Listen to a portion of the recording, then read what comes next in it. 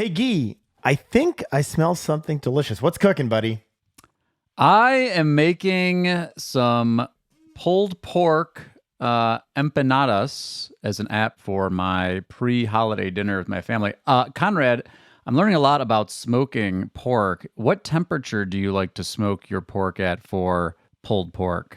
Wow, I honestly have no idea, but what you're sharing with everyone is that you are a planner because this is not a last minute meal. This is a 24-hour experience. Yes, this is very rare for me.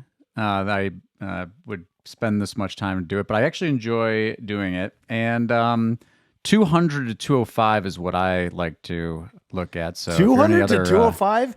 Not only for are pulled you a pork. planner, you are pedantic about details, which probably means you are a good baker. But Love to bake. all right, there you go. I knew it. I Okay, make a mean banana bread. I only make a mean banana bread when we figured out about the bananas, right? It's actually kind of hard to make a bad banana bread, let's be honest. I love you dearly, but that's not a big accomplishment, dude. That's why I stay in my lane.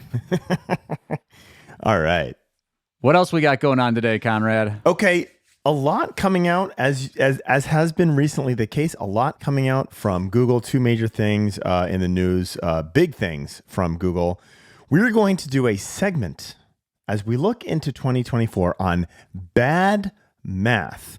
And then we're going to respond to a question about, are there riches in the niches? Learn about what you should do, what Gyi and Conrad think you should do with regards to practice area diversification or not. And with that, hit the music. Welcome to Lunch Hour Legal Marketing, teaching you how to promote, market, and make fat stacks for your legal practice. Here on Legal Talk Network.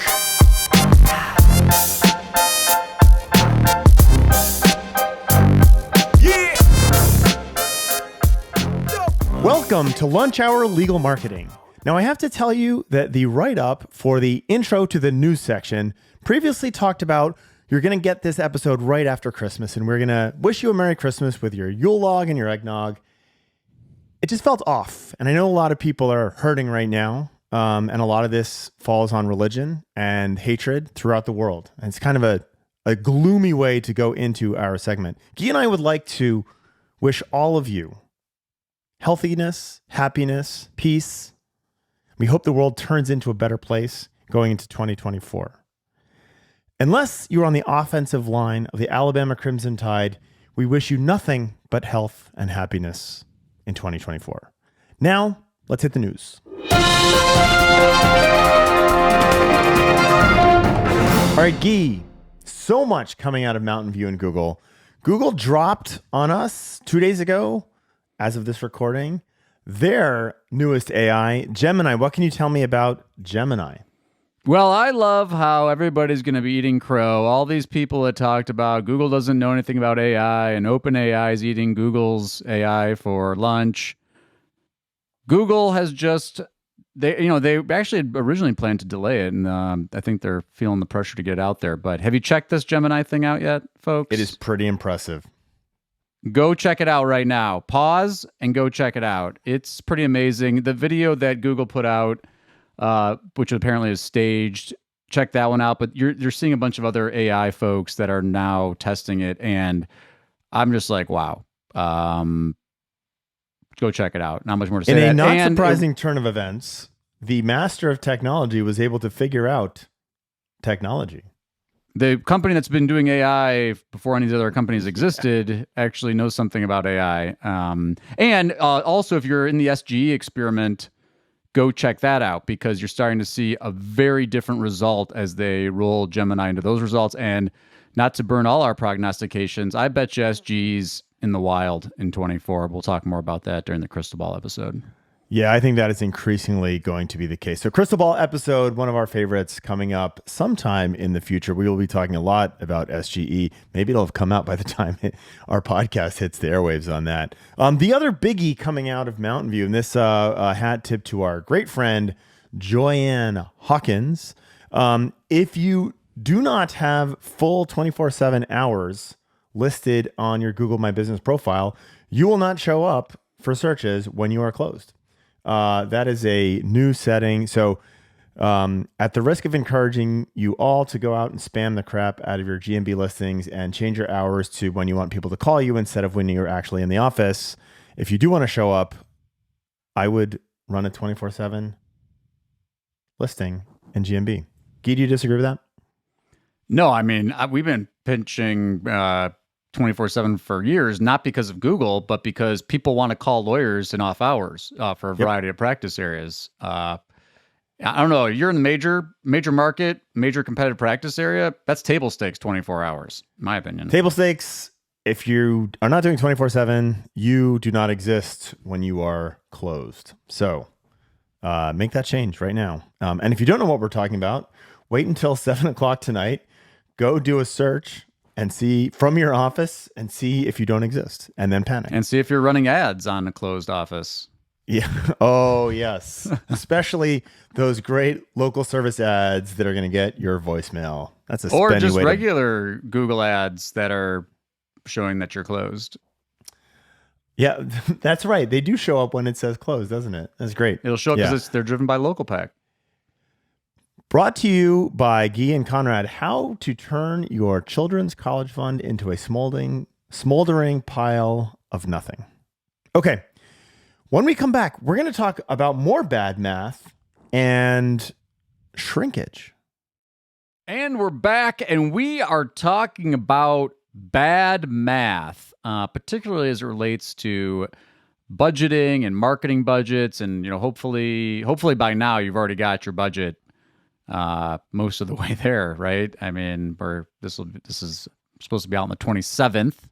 Okay, so think about this. If you guys are sitting there going like, wow, maybe we should have a budget for next year, get on it. Put the eggnog down. And we're empathetic. At least I am, because I went to law school. Conrad's an MBA, so you are not empathetic at all. You are the mean one on this. You're bad cop, I'm good cop. That's transitioned. Lawyers aren't good at math. I said it. I'm sorry, lawyers. I'm a lawyer. And a lot of your marketing math is actually a big problem, and we're going to talk about some of these issues. First, major bad math issue is undercapitalization. So let's talk about that. Conrad, how do you typically think about trying to top level decide on how much money to spend on marketing? So you've heard thematically this come from us many times. I think you need to understand where you want to go. And that's why, like we talked about the other day, there was a law firm who got really pissy with my salesperson because we kept asking them where they wanted to go, and they felt like it was intrusive, like we were asking too much, and that we wanted to know too much about their business, and they just really wanted that package. Like, what's your SEO package, right? And the reality that's not even bad math. That's no math. That is no math, right? Well, but you're right. Like, you need to know, and it's a stupid, simplistic metaphor. But if you want to, how far do you want to drive the car means how much gas you need to put in the car, right? It's okay. Kind of 101. But I got a follow-up question for you. Go. How do you decide? We haven't even into the first one, and you're getting go. Well, because you as you typically do, you changed the question. I didn't. I'm answering it slowly. As you all right, typically you finish. And then I want to come back because I think at the end of let's see where it goes. Go ahead. I feel like I'm on the stand here. I feel like I'm talking to a lawyer. You are. Now. You're on the stand. Yeah, I'm get it. I'm cross-examining you. I'm thinking about hiring you, and I'm cross-examining you about how much money I should spend. This is where you need to start with. Where do I want to go next year? How aggressively do I want to grow? Do you want me to answer that for you? Yes, go. Are you going to give me a hypothetical? Yep. Okay, go. 20%. I want top level 20% growth in the coming year. Okay. You want to do a top level 20. That's actually not that much. And I think it also depends on how big you are, but 20% is not super aggressive growth. Okay. 50%. 50%. Okay. So we'll use 50% then. Wow. You sound like some of the people that I talk to when they're talking about. Well, I try to give you the layup at 20, and you told me I'm not ambitious enough. So here's the deal. If you want to grow by 50%, you need to put every single dollar of profit into your marketing, and you're probably not going to hit your 50% target. Okay, great. I like that. Now, second question here. This is good. I like where this is going. Wow. Again, Conrad, you're the expert. What do you need to know from me why don't you tell me where you think I should go? Based on firms that you've seen, what do you think's a realistic growth target for me? A realistic growth target for you? Yeah. I'm a PI firm, and I'm in. Okay. So I needed context there because it is very contextual. There are definitely some firms which can double next year without spending a lot of money on marketing, depending on their context. All right. Give me some questions in the context. I'm a PI. I'm in Chicago. You're a PI in Chicago, and you want to grow as much as possible. Is your business objective to dominate the market? Well, no. You tell me. What do you think is realistic for me to do? You think I'm going to dominate the market? I do not think you're going to dominate the market in Chicago next year. That is an unrealistic expectation. All right. Well, let's say I'm doing. I did $1 million. We'll use some round numbers. Okay. I did $1 million last year in PI firm in Chicago. What's realistic growth for me in this coming year? This is difficult because you said PI, and we need to think about whether or not we're talking about revenue or consultations or clients. That's a good point. Okay. So that's really like, and for those of you who aren't in PI, I apologize, like turn your brain off. Signed. So this is really important because when you're looking at revenue, especially in PI, you're looking at revenue that does not show up typically in the next 12 months, right? And so that's and you don't really even know what it is. That's the problem, right. And then from the prognostication perspective, this was a Ben Glass concept in PI, and then we'll move off of PI specifically, but you can have those home runs, right? And one of the things that I learned from Ben Glass is when they do their own prognostications, they throw out any outliers, anything over 6 figures in their estimation process, because it's just it throws the numbers off too much. And sorry, moving away from personal injury because there's cash flow issues with this. But I love your read here, Gyi, of we're actually talking about signups or consultations, right? And so these are more immediate numbers, and they're actually more directly correlated to the effectiveness of your marketing than revenue, right? In many cases. You tell me. I should tell. So I should tell you how many I did last year. Let's say I did. I was going to try to back into it to get $1 million in revenue, but I don't know if that's people are gonna laugh when I throw out these numbers. So. Well, why don't I give you this instead of you coming up with those numbers? I did $100,000 fees. $100,000 fees. Okay. Yeah, just try to keep the math round. I know you're an MBA, but so we got 10. See, the reason I'm an MBA is that statistically a sample size of 10 is completely useless. You're not helping. All right, give us a better hypothetical. This is the way and it's interesting. Gyi and I did this conversation about 2 years ago, and I think my numbers have evolved over time. But the way I would look about this, Gyi, is if you are an established personal injury firm in the Chicago market and you want to kind of be one of the top 3 in that market, right? And maintain a market leadership position over kind of a 3 to 5 year horizon, you're spending a minimum of 20% of your revenue on marketing, right? My old data, and I'm looking at these numbers right here, my old data is you're spending 10 to 20% to secure that top 3 in a market position. Okay. And I'm going to say 20 is a floor. And that's what I think you're right. I think what has happened is, and you guys can all hate on us for this, but it is don't hate the player, hate the game kind of thing. I do think my numbers on this have moved, right? I've looked at this for the first time in 2 years, and 10% of your revenue into marketing to be a top 3 player in that market, I don't think is sufficient at this point in time. I really do think that this has evolved. I think you're looking at 20% as a floor, and I can actually point to a couple clients that kind of fall right in that direction. So on the flip side, though, Gyi, and I do think this is relevant, there are certainly those firms that don't have that ambition. There are certainly, and I don't think there's anything wrong with this. Like, I think as business owners, you and I, like, there's this kind of, the Buddha of growth, right? And that's kind of the obvious answer. If you're not growing, you're dying kind of stuff. And that's not always the case.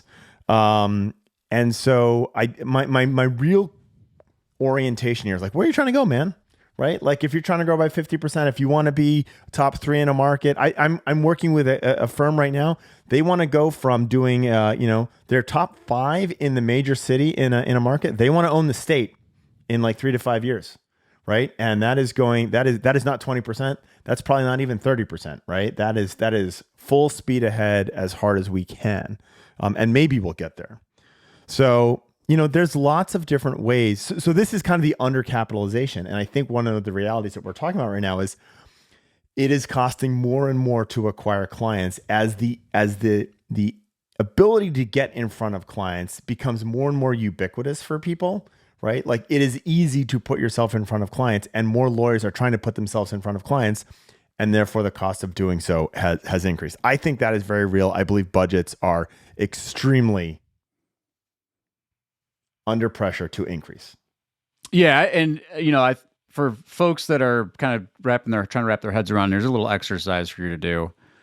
Go model out marketing budgets for the year based on your last year's top line revenue. And I would suggest, do some of the numbers we're talking about. People throw around the small business administrations like 10 to 12%. You throw that one in there. I'd throw a 6% in there because I know the ABA and some other resources have suggested that solos are spending like 6% or something like that. And then I would go throw 20% and 30% and put that in a spreadsheet. And go look at what that total spend would look like for 24. And then make another set of columns. And these columns, you're going to do your multiple on your marketing spend, your marketing budget. So, and I would say low end there, 4x. And you could run it 4, 5, 6, 7, 8, all the way up to 10. And go look at what the return numbers look like. And then go project 24 and 25 based on those numbers. And if you do it, if you're in many of these thresholds, even if you're getting a 5, 6x on your marketing dollars, you're still going to shrink if that's the primary source of business. Now, look, as Conrad will point out, you might get 20x on referrals, right? You might get 100x on some referral stuff.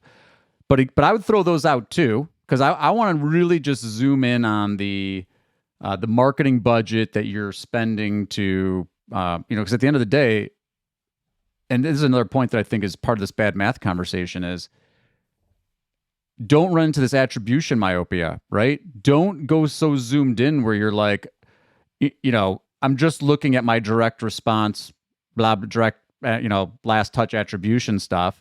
Zoom out and be like, what did we invest in marketing this coming year? And what do we expect to get out of that? And see if that number is bigger than your revenue was last year. Because in a lot of times, especially if you're even in 5, 6x land, you're not going to, if you're investing 6% of your revenue, you're investing 10% of your revenue, you're going to see, here's the easy one, right? 100K, $1 million firm spending $120,000 in marketing, generating $600,000 in new revenue from that marketing budget. You still are short from the prior year by $400K.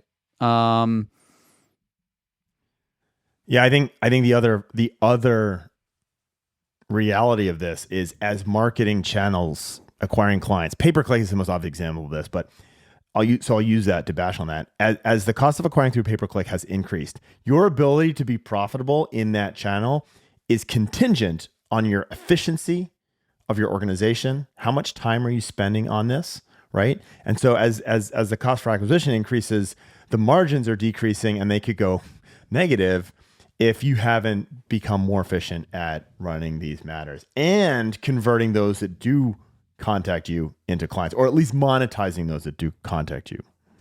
All right.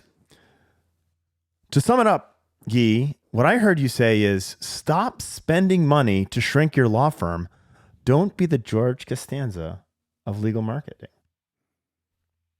That's one way to interpret it. For those of you listening, be happy you were not in our pre-funk conversation about George Costanza. All right. When we come back, we're going to talk about, this was a great question that came in to Gyi, riches in the niches. How, or as MBAs like to say it, in the niches. Reaches in the niches. But the question really is, how focused or not focused should a law firm or an individual lawyer be in order to maximize revenue and profitability? All right, and we're back. And we have mentioned Maximum Lawyer and the Maximum Lawyer Facebook community for some time. If you haven't checked that out, check it out. Great questions and conversations going on. And one that came in recently, we wanted to try to provide some answers. And so the first question is, what's your formula for determining how many practice areas or niches your firm should undertake to maximize revenue and or profit, whatever your bottom line is? Conrad, you got a formula? Or how do you think about this? How do you approach it? I like how you called me out for not answering the question earlier in the podcast. I'm going to do the same exact thing. The basic business approach is to be specialized. And we've talked about the Selling the Invisible book ad nauseum. People want to hire experts. There's a reason you don't go to your general practitioner for your brain surgery, right? So that is kind of an established concept. But so I'm going to take your question and say, when do we kind of move beyond that? And there are great reasons to move beyond that. Some of them can be exogenous. We have an ex-personal injury firm in Florida. Thank you, Florida Bar. Actually, it's not the Florida Bar. It is the Florida legislature, who has moved out of personal injury entirely, and they have now rebuilt themselves as a family law firm because the economics in Florida just suck. So you have those types of factors. But the way I much more regularly think about this is, it's not maxed out my market, but when am I at a point where the decreasing returns in my market are very, very real, where it's going to cost me so much more to get from 80% to 85%, and then to 90%, it's going to cost twice as much again. So at what point in time does that happen? I think that is a very real thing. And I think bluntly, a lot of lawyers have trouble modeling, like, I am big enough. Now, it also presupposes that another way to solve that is to expand geographically, right? And so expansion geographically or expansion by geography are very real things. There is that model, Gyi, and I love this model of in a kind of a secondary or tertiary city of the everything law firm, right? We can talk about Martinson and Beeson is a great example of the everything law firm in Huntsville, Alabama. And I bet Morris Lilienthal will punch me in the face if he hears me refer to Huntsville as a tertiary city.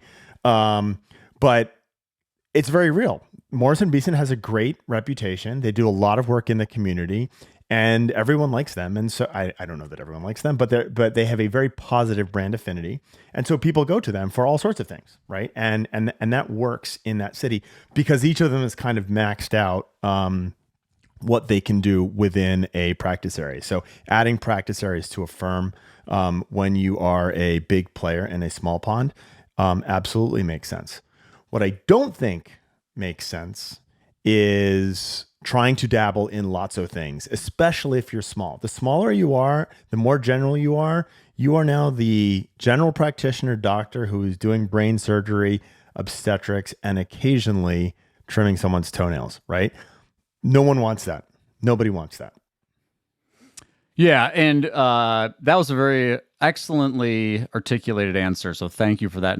You actually didn't change the question, I don't think. I think you did a very nice job. My main issues with this, and you alluded to this, they're too big. It depends. First, it depends on what community you're in. Because even a solo, there's some communities in which you can be the only lawyer in town, right? Everybody just comes to you. It's the model that you're talking about where you're just the known lawyer. Those are going to tend to be smaller, less competitive communities by just nature. So the size of the market and where you are matters. The size of the firm totally matters, right? And to your point, solos, small firms, positioning wins. Positioning wins even in more competitive markets. You want to stand out, right? I think that's the priority. This firm is asking the question, just for context. It's a bigger firm. I mean, they got offices in multiple states. They've got a bunch. I could get the number wrong, but over 20 lawyers. And as you pointed out, I think this is really the right approach here. Is like they've outgrown the single niche practice, and so then the question is like, how do you brand that? How do you start thinking about branding that? And gosh, that's a hard question to answer. But to me, if you're going to be the lawyer that's the be everything type of lawyer, and just come to me when you have a life legal issue and you're thinking of me, tie it to the geography somehow. In this case, they're in the heartland, so something, lean into that heartland theme, brand it like we're the lawyers that know the heartland, we live here, we work here, that kind of stuff I think can work. But that becomes very, very challenging, especially when it's not practice area anymore, because you've got to figure out what your identity is going to be that's not related to actually what you do. And this becomes tactically really problematic with Google, because we've just taught you for the last 3 years to spam the crap out of your law firm name. Which, brings me to point 2, which is let the individual practitioners market the practice areas. Do all the stuff that we talk about with personal branding and personality and blah, blah, blah. Let the individual lawyers do that and support them in doing that under the firm brand, right? So it's them with a little firm brand button. All right, I'm going to counterpoint that. I think philosophically, I like where you're going with that. I'm going to counterpoint that with 2 problems. Number 1, most of your really good lawyers don't love the marketing side of this, and it's beneath them and all that kind of stuff, right? So and they're many of them, I'm sure we haven't done the personality profiles of the lawyer, but Myers-Briggs might suggest that the majority of lawyers don't fall into that I'm going to drive business here, which is why most of them are lawyers instead of business owners.